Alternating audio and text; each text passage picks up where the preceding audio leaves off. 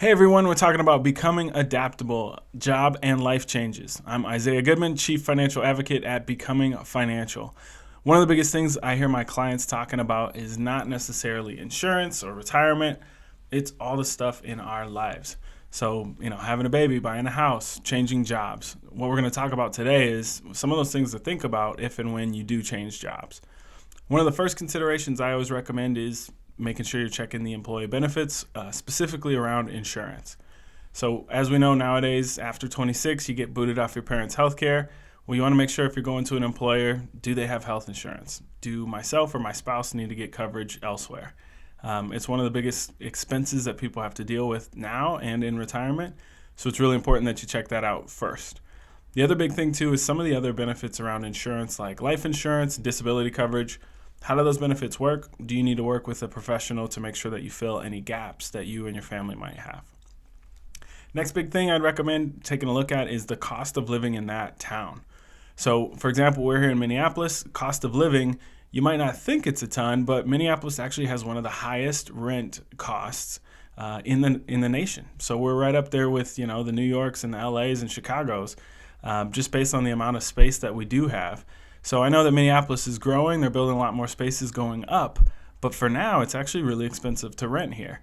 So if you move to Minneapolis, get a good job, that's something to think about.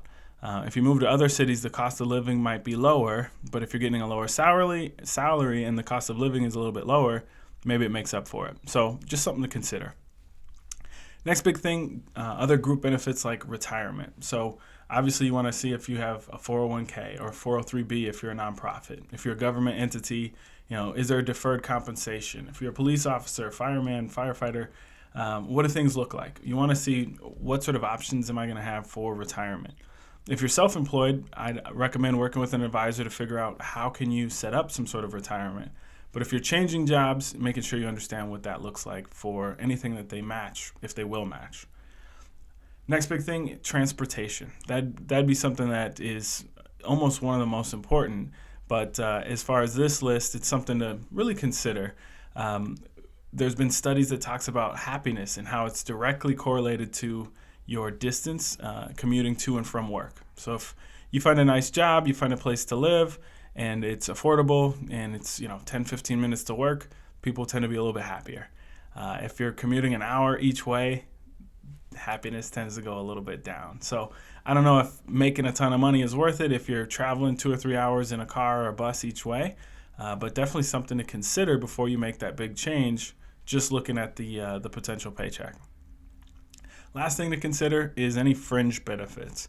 So different organizations, some of the biggest companies, they'll offer things like nap pods or ping pong tables, or even some places will provide breakfast, lunch, or dinner. Just some of those extra fringe benefits that might make you feel a little bit more welcome, a part of the community, or even just safer at work, whatever it is. As you consider all these other factors, if there's a couple fringe benefits that makes one employer stand out a little bit more than the other employer, definitely think about those as well.